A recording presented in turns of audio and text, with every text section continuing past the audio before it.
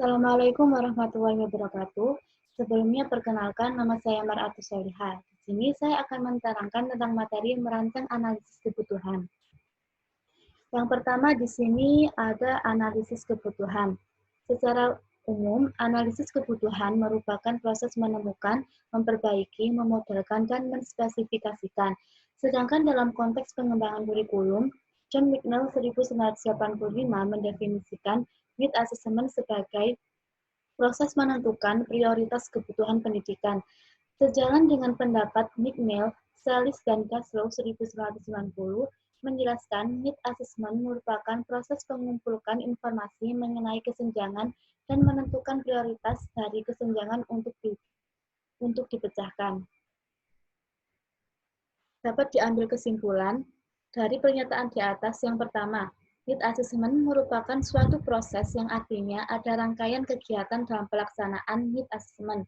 Dengan kata lain, need assessment bukanlah suatu hasil, akan tetapi suatu aktivitas tertentu dalam upaya mengambil keputusan tertentu. Yang kedua, kebutuhan itu sendiri merupakan kesenjangan antara harapan dan kenyataan. Dengan demikian, need assessment ialah kegiatan untuk mengumpulkan informasi mengenai kesenjangan yang seharusnya dimiliki oleh setiap siswa dengan apa yang telah dimiliki. Selanjutnya yaitu ada langkah-langkah analisis kebutuhan. Sebagai suatu proses, need assessment terdiri atas rangkaian kegiatan yang diawali oleh kegiatan mengumpulkan informasi dan berakhir pada perumusan masalah. Berikut kegiatan need assessment yang dirumuskan oleh Gaslow dalam komponen-komponen need assessment, yaitu ada tahapan pengumpulan informasi.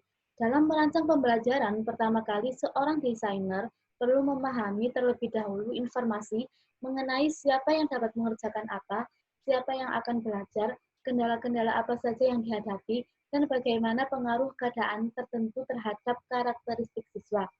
Data-data yang terkumpul akan bermanfaat dalam menentukan dan menyusun langkah-langkah selanjutnya. Yang jelas, seorang desainer pembelajaran dalam proses merancang sistem pembelajaran harus berpijak pada informasi yang terkumpul. Selanjutnya yaitu ada tahapan identifikasi kesenjangan. Dalam mengidentifikasi kesenjangan, Kauffman dalam Inggris 1979 menjelaskan identifikasi kesenjangan melalui organisasional elemen model atau OEM. Kauffman menjelaskan adanya 5 elemen yang saling berkaitan. Dua elemen pertama yaitu input dan proses, di mana komponen input meliputi kondisi yang tersedia pada saat ini, misalnya tentang keuangan, waktu, bangunan, guru, pelajaran, kebutuhan, problem, tujuan, dan materi kurikulum yang ada. Sedangkan komponen proses meliputi pelaksanaan pendidikan yang berjalan, yang terdiri atas pola pembentukan staf pendidikan yang berlangsung sesuai dengan kompetensi, perencanaan, metode-metode pembelajaran individu dan kurikulum yang berlaku.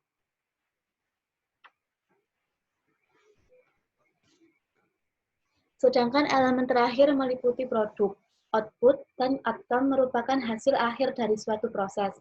Selanjutnya yaitu ada analisis performance. Tahapan ketiga dalam proses need assessment merupakan tahap menganalisis performance. Menganalisis performance dilakukan setelah desainer memahami berbagai informasi dan mengidentifikasi kesenjangan yang ada. Ketika menentukan adanya kesenjangan, selanjutnya kita dapat mengidentifikasi kesenjangan, mana yang dapat dipecahkan melalui perencanaan pembelajaran dan mana yang memerlukan perencanaan dengan cara yang lain.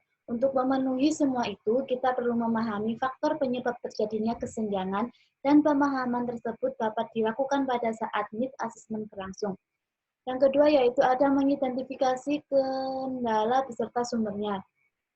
Tahapan keempat dalam need assessment merupakan identifikasi berbagai kendala yang muncul beserta sumber-sumbernya. Dalam pelaksanaan suatu program, berbagai kendala bisa muncul sehingga dapat berpengaruh terhadap kelancaran program. Berbagai kendala dapat meliputi waktu, fasilitas, bahan, pengelompokan, dan komposisinya, filosofi, personal, dan organisasi. Sumber-sumber kendala bisa berasal dan pertama orang yang terlibat dalam suatu program pembelajaran. Kedua, fasilitas yang ada. Ketiga, berkaitan dengan jumlah pendanaan beserta pengaturannya. Selanjutnya ada identifikasi karakteristik siswa. Tahapan kelima, need assessment, ialah mengidentifikasi siswa. Tujuan utama dalam desain pembelajaran ialah memecahkan berbagai problem yang dihadapi siswa. Oleh karena itu, hal-hal yang berkaitan dengan siswa adalah bagian dari need assessment. Identifikasi yang berkaitan dengan siswa diantaranya ialah mengenai usia, jenis kelamin, level pendidikan, tingkat sosial ekonomi, latar belakang, gaya belajar, pengamatan, dan sikap. Karakteristik siswa seperti yang dijelaskan di atas akan bermanfaat ketika kita menentukan tujuan yang harus dicapai, pemilihan dan penggunaan strategi yang cocok, serta untuk menemukan evaluasi yang relevan. Selanjutnya yaitu identifikasi tujuan. Taufan 1983 mendefinisikan need assessment sebagai suatu proses mengidentifikasi, mendokumentasi, dan menjustifikasi kesenjangan antara apa yang akan dihasilkan melalui penentuan skala prioritas itu. Prioritas dari setiap kebutuhan. Definisi tersebut berhubungan erat dengan tujuan yang ingin dicapai. Oleh sebab itu, mengidentifikasi tujuan yang ingin dicapai merupakan salah satu kegiatan yang harus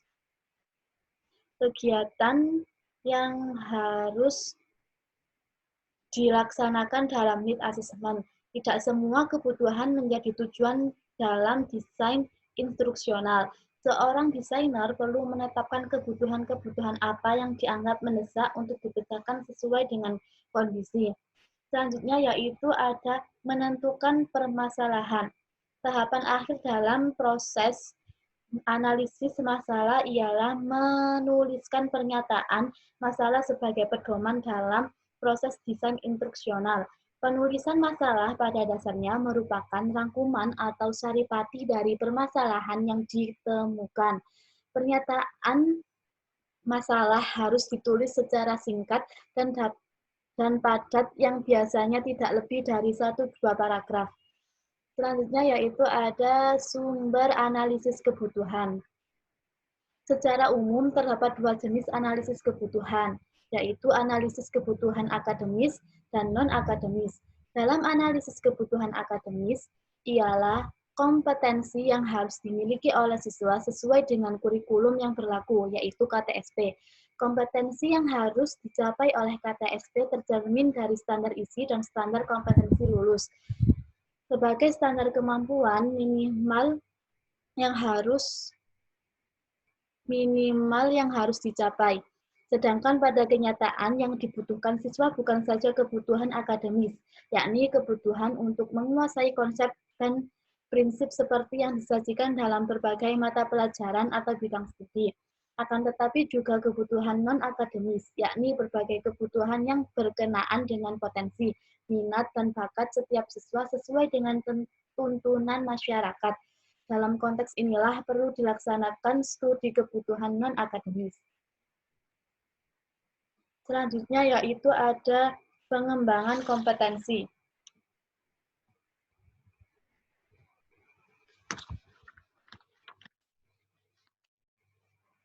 Komponen tujuan memiliki. Yang pertama yaitu pentingnya perumusan tujuan. Komponen tujuan memiliki fungsi yang sangat penting dalam sistem pembelajaran. Sebagai kegiatan bertujuan, proses pembelajaran, maka segala sesuatu yang dilakukan guru dan siswa. Oleh sebab itu, merumuskan tujuan merupakan langkah pertama yang harus dilakukan dalam merancang sebuah perencanaan program pembelajaran. Ada beberapa alasan mengapa tujuan perlu dirumuskan dalam merancang suatu program. Di antaranya ialah untuk mengembangkan strategi mengajar, menggunakan metode mengajar, teknis berkomunikasi, serta merancang sumber belajar. Selanjutnya yaitu ada tujuan umum dan khusus. Dalam tujuan umum dan khusus terdapat 5 kriteria. Yang pertama yaitu hierarki tujuan pendidikan, 2. Klasifikasi tujuan pendidikan, 3. Domain kognitif, 4. Domain psikomotorik, 5. Tujuan dan kompetensi. Selanjutnya yaitu ada pengembangan materi pembelajaran. Yang pertama yaitu ada hakikat materi pembelajaran. Bahan atau materi pembelajaran merupakan segala sesuatu yang menjadi isi kurikulum yang harus dikuasai oleh siswa sesuai dengan kompetensi dalam rangka pencapaian standar kompetensi dasar dalam rangka pencapaian standar kompetensi setiap mata pelajaran dalam satuan pendidikan tertentu. Selanjutnya yaitu ada sumber materi pembelajaran. Sumber materi pembelajaran yang dapat dimanfaatkan untuk proses pembelajaran dapat dikategorikan sebagai berikut. Yang pertama yaitu ada tempat atau lingkungan. Ada dua bentuk lingkungan belajar. Yang pertama lingkungan atau tempat yang sengaja didesain untuk belajar siswa, seperti laboratorium, perpustakaan, ruang internet, dan lain sebagainya. Yang kedua yaitu lingkungan yang tidak didesain untuk belajar.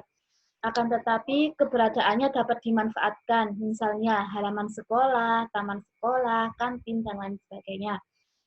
B. Orang atau narasumber. Pengetahuan itu tidak statis, akan tetapi bersifat dinamis yang harus berkembang sangat cepat. Oleh karena itu, kadang apa yang disajikan dalam buku teks tidak sesuai lagi dengan perkembangan ilmu pengetahuan mutakhir. Munculnya berbagai fenomena alam serta berbagai jenis rekayasa genetik. Munculnya berbagai fenomena alam serta pengaruhnya terhadap gejala-gejala sosial dan lain sebagainya. Guna yang kerumunannya itu tidak semacam yang mungkin dipahami sepenuhnya oleh guru. Maka untuk mempelajari konsep-konsep baru semacam itu, guru dapat mengundang orang-orang yang lebih ahli atau menguasai persoalan tersebut. Selanjutnya yaitu ada objek. Mempelajari bahan pembelajaran dari benda yang sebenarnya. Buku hanya dapat menghindari kesalahan persepsi mengenai isi pelajaran, akan tetapi juga dapat membuat pelajaran lebih akurat. Selanjutnya yaitu ada bahan cetak atau non-cetak. Bahan cetak merupakan berbagai informasi sebagai materi pelajaran yang disimpan dalam berbagai bentuk cetak seperti buku, majalah, koran, dan lain sebagainya. Sedangkan bahan elektronik yang biasanya berfungsi sebagai media pembelajaran. Selanjutnya yaitu ada pengemasan materi pembelajaran. Materi pembelajaran pada dasarnya pesan-pesan yang ingin kita sampaikan kepada anak didik agar dapat dikuasai. Agar pesan yang ingin disampaikan bermakna sebagai bahan pembelajaran, maka terdapat beberapa kriteria yang harus diperhatikan. Di antaranya ialah novelty, artinya suatu pesan akan bermakna apabila bersifat baru dan mutakhir. Kemudian proximity, artinya pesan yang disampaikan harus sesuai dengan pengalaman siswa. Selanjutnya konflik, artinya pesan yang disajikan sebaiknya dikemas dengan akademik sedemikian rupa agar menggugah emosi. Kemudian materi pelajaran yang mampu membawa emosi audiens seperti siswa cenderung akan diperhatikan. Dan yang terakhir humor, artinya pesan yang disampaikan oleh guru sebaiknya dikemas sehingga menampilkan kesan lucu. Pengemasan materi dari pesan pembelajaran dapat dilakukan dengan dua cara, yaitu pengemasan secara visual dan pengemasan dalam bentuk cetakan. Beberapa pertimbangan teknik dalam mengemas isi atau materi pelajaran menjadi bahan belajar diantaranya ialah A. Kesesuaian dengan tujuan yang harus dicapai. B. Kesederhanaan. C. Unsur-unsur desain pesan. D. Pengorganisasian bahan. E. Petunjuk cara penggunaan. F. Bentuk-bentuk pengemasan. Dalam bentuk-bentuk pengemasan dibagi menjadi dua, yaitu materi pelajaran terprogram dan pengemasan materi pelajaran melalui modul. Materi pelajaran terprogram yaitu salah satu bentuk penyajian materi pembelajaran individual sehingga materi pelajaran dikemas untuk dapat dipelajari secara mandiri. Sedangkan pengemasan materi pelajaran melalui modul merupakan bentuk pengemasan materi pelajaran individual sama halnya dengan materi pelajaran terprogram. Modul merupakan suatu kesatuan program yang lengkap sehingga dapat dipelajari siswa secara individu. Pengemasan materi pelajaran kompilasi, yaitu bahan belajar yang disusun dengan mengambil bagian yang dianggap perlu dari berbagai sumber belajar dan menggabungkannya menjadi satu kesatuan untuk dipelajari siswa. Sumber belajar yang menjadi bahan kompilasi biasanya berasal dari buku-buku teks yang dianggap langka sehingga sulit didapatkan oleh para siswa. Selanjutnya yaitu pengembangan pengalaman belajar. Yang pertama ada hakikat pengalaman belajar. Pengalaman belajar merupakan sejumlah aktivitas siswa yang dilakukan untuk memperoleh informasi dan kompetensi baru sesuai dengan tujuan yang hendak dicapai. Adapun pengalaman belajar menurut Gardner yang dirumuskan menjadi 8, yaitu belajar signal, artinya belajar melalui tanda. Kedua, belajar mereaksi perangsang melalui penguatan, artinya pengalaman belajar terarah. Ketiga, pengalaman belajar membentuk rangkaian, artinya belajar merangkaikan atau menghubungkan gejala atau faktor sehingga menjadi satu kesatuan rangkaian yang utuh dengan fungsional. Keempat, belajar asosiasi verbal, artinya pengalaman belajar dengan kata-kata manakala ia menerima perangsang. Kelima, belajar membedakan atau diskriminasi, artinya pengalaman belajar mengenai sesuatu karena ciri-ciri yang memiliki kekhasan tertentu. Keenam, belajar konsep, artinya pengalaman belajar dengan menentukan ciri atau atribut dari objek yang dipelajarinya, sehingga objek tersebut ditempatkan dalam klasifikasi tertentu. Ketujuh, belajar aturan atau hukum, artinya pengalaman belajar dengan menghubungkan konsep-konsep. Dan yang terakhir yaitu belajar problem solving, yang artinya pengalaman belajar untuk memecahkan suatu persoalan melalui penggabungan beberapa kaidah atau aturan. Dari berbagai jenis pengalaman belajar yang telah dikemukakan, maka tampak bahwa setiap pengalaman belajar itu sifatnya bertingkat. Artinya, kemampuan seseorang belajar memecahkan masalah sangat tergantung pada belajar mengenai hukum atau aturan dan pengalaman. Belajar aturan akan dapat dipengaruhi oleh kemampuan seseorang dalam belajar konsep dan seterusnya. Selanjutnya yaitu ada pertimbangan-pertimbangan menentukan pengalaman belajar.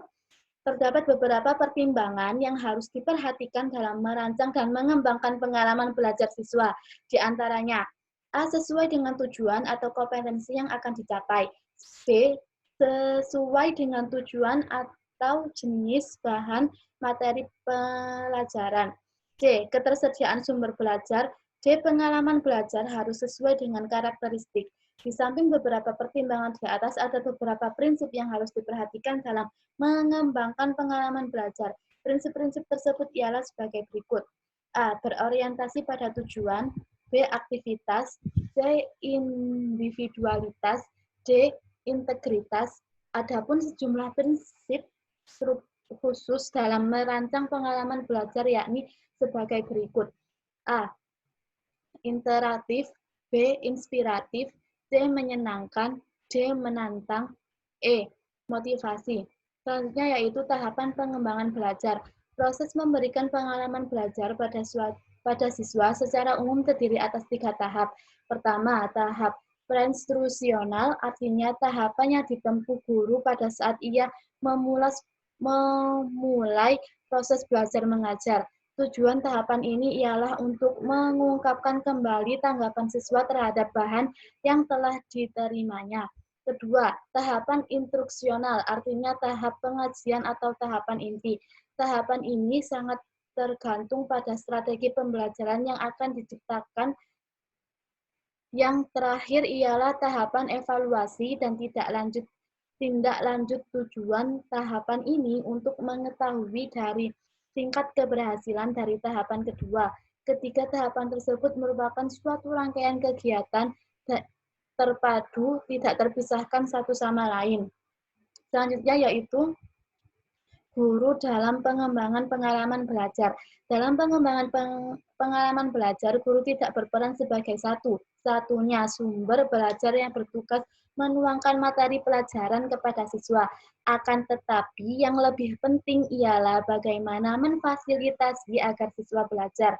Oleh karena itu, pengalaman pengembangan belajar menuntut guru untuk kreatif dan inovatif sehingga maupun mampu menyesuaikan kegiatan mengajarnya dengan gaya dan karakteristik siswa. Selanjutnya yaitu ada strategi dan metode pembelajaran. Yang pertama, ada pengertian strategi dan metode pembelajaran. Strategi pembelajaran dapat diartikan sebagai perencanaan yang berisi mengenai rangkaian kegiatan yang didesain untuk mencapai tujuan pendidikan tertentu. Ada dua hal yang patut dicermati dari pengertian tersebut. Pertama, strategi pembelajaran merupakan rencana tindakan atau rangkaian kegiatan, termasuk penggunaan, metode, dan pemanfaatan berbagai sumber daya atau kekuatan dalam pembelajaran. Kedua, strategi disusun untuk mencapai tujuan tertentu, artinya arah dari semua keputusan penyusunan strategi adalah pencapaian tujuan. Dengan demikian, penyusunan langkah-langkah pembelajaran, pemanfaatan berbagai fasilitas dan sumber belajar semuanya diarahkan dalam upaya pencapaian tujuan. Selanjutnya yaitu ada jenis-jenis strategi pembelajaran. Pencapaian sasaran atau tujuan yang ditentukan akan sangat tergantung pada pengemasan bahan dan strategi pembelajaran yang digunakan. Di bawah ini disajikan beberapa strategi pembelajaran sebagai upaya memberikan pengalaman belajar kepada siswa. Yaitu ada strategi pembelajaran ekspositori dan strategi pembelajaran inquiry. Strategi pembelajaran ekspositori yaitu strategi pembelajaran yang menekankan kepada proses penyampaian materi secara verbal dari seorang guru kepada sekelompok siswa dengan maksud agar siswa dapat menguasai. Yang kedua yaitu strategi pembelajaran inquiry. Rangkaian kegiatan pembelajaran yang menekankan pada proses berpikir secara kritis dan analisis untuk mencari dan menemukan sendiri jawaban yang sudah pasti dari suatu masalah yang dipertanyakan. Sekian presentasi dari saya, kurang lebihnya saya mohon maaf. Wassalamualaikum warahmatullahi wabarakatuh.